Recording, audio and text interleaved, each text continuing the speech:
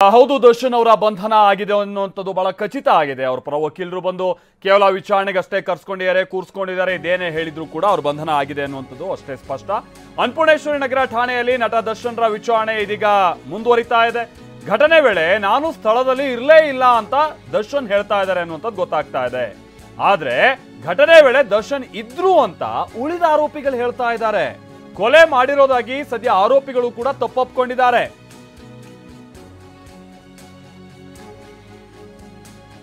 ಆರೋಪಿಗಳ ಹೇಳಿಕೆಯನ್ನು ಆಧರಿಸಿ ಪೊಲೀಸರು ತನಿಖೆಯನ್ನ ಚುರುಕುಗೊಳಿಸಿದ್ದಾರೆ.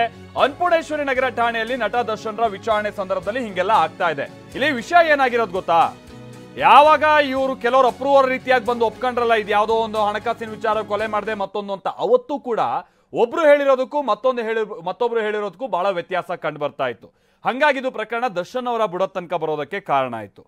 ಈಗಲೂ ಅಷ್ಟೇ ದರ್ಶನ್ ಅವರ ವಿಚಾರಣೆ ನಡೀತಾ ಇರುವಂತಹ ಸಂದರ್ಭದಲ್ಲೂ ಕೂಡ ಒಬ್ರು ಒಂದು ಹೇಳ್ತಾ ಇದ್ರೆ ಮತ್ತೊಬ್ರು ಒಂದು ಹೇಳ್ತಾ ಇದ್ದಾರೆ. ಅಲ್ಲಿರುವಂತಹ ಆರೋಪಿಗಳು ಬೇರೆಯವರು ಒಂದೊಂದು ಮಾತನ್ನ ಹೇಳ್ತಾ ಇದ್ರೆ ದರ್ಶನ್ ಮತ್ತೊಂದು ವಿಚಾರವನ್ನ ಹೇಳ್ತಾ ಇದ್ದಾರೆ ಅನ್ನುವಂಥದ್ದೆಲ್ಲ ಮಾತು.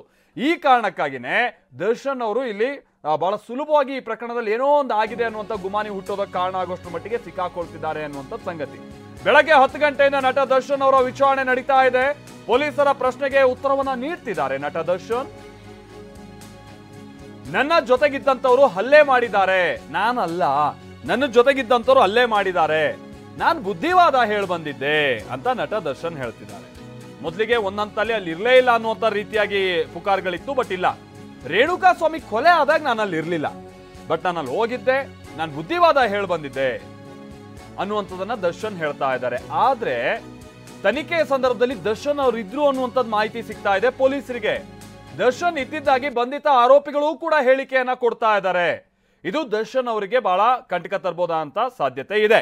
ಮತ್ತೆ ಇನ್ನೊಂದು ವಿಚಾರ ಏನು ಅಂತ ಅಂದ್ರೆ, ಇವತ್ತು ಮೈಸೂರಿಗೆ ಹೋಗಿ ದರ್ಶನ್ ಅವರನ್ನ ವಶಕ್ಕೆ ಪಡೆಯುವಂತ ಸಂದರ್ಭದಲ್ಲಿ ಅವರು ಬಹಳ ಏನು ಜಿಮ್ ಮಾಡ್ತಾ ಅಂದ್ರೆ ಅವ್ರು ಡೈಲಿ ರೂಟೀನ್ ರೀತಿಯಾಗಿದ್ರಲ್ಲ, ಒಂದು ರೀತಿ ಕೂಲಾಗಿ ಯಥಾ ಪ್ರಕಾರವಾಗಿ ಅವ್ರಿಗೆ ಇದ್ರಲ್ಲ, ವಾಸ್ತವದಲ್ಲಿ ಹಂಗಿರ್ಲಿಲ್ಲ ಸನ್ನಿವೇಶ ಅನ್ನುವಂಥದ್ದು ಗೊತ್ತಾಗ್ತಾ ಇದೆ. ನಟ ದರ್ಶನ್ ಅವರು ಅಲ್ಲೇನೋ ಮೈಸೂರಲ್ಲಿ ಜಿಮ್ಮೋ ಮತ್ತೊಂದೋ ಅವರು ರೂಟೀನ್ ಪ್ರಕಾರವಾಗಿದ್ರೂ ಕೂಡ ಇದೆಲ್ಲವೂ ಒಳಗಿಂದೊಳಗೆ ಈ ರೀತಿಯಾದಂತಹ ಸಮಸ್ಯೆಗಳು ತಮ್ಮ ಬುಡಕ್ಕೆ ಬರ್ತಾ ಇರುವಂಥದ್ದು ಸಂಗತಿ ಅವರಿಗೂ ಕೂಡ ಸಹಜವಾಗಿ ಗೊತ್ತಿತ್ತು. ಬಟ್ ಆದ್ರೆ ತನ್ನ ಬುಡ ತನಕ ಅದು ಬರೋದಿಲ್ಲ ಅನ್ನುವಂಥದ್ದು ವಿಶ್ವಾಸ ಇತ್ತು, ಅಥವಾ ಗೊತ್ತಿದ್ರೂ ಕೂಡ ಆ ಸಂದರ್ಭದಲ್ಲಿ ನಾರ್ಮಲ್ ಬಿಹೇವಿಯರ್ ರೀತಿಯಾಗಿ ಅವರು ಅದನ್ನು ಮುಂದುವರ್ಸ್ಕೊಂಡು ಹೋಗ್ತಾ ಇದ್ರು, ಅದು ಗೊತ್ತಿಲ್ಲ. ಅದಿನ್ನಷ್ಟೇ ಗೊತ್ತಾಗಬೇಕಿಲ್ಲ ಅದೆಲ್ಲ ಸಂಗತಿ. ಬಟ್ ದರ್ಶನ್ ಅವರ ವಿಚಾರವಾಗಿ ಮೇಲಿನ ಮೇಲೆ ಈಗ ಸುಳಿವುಗಳು ಸಿಕ್ಕಾಕೊಳ್ತಾ ಇದೆ.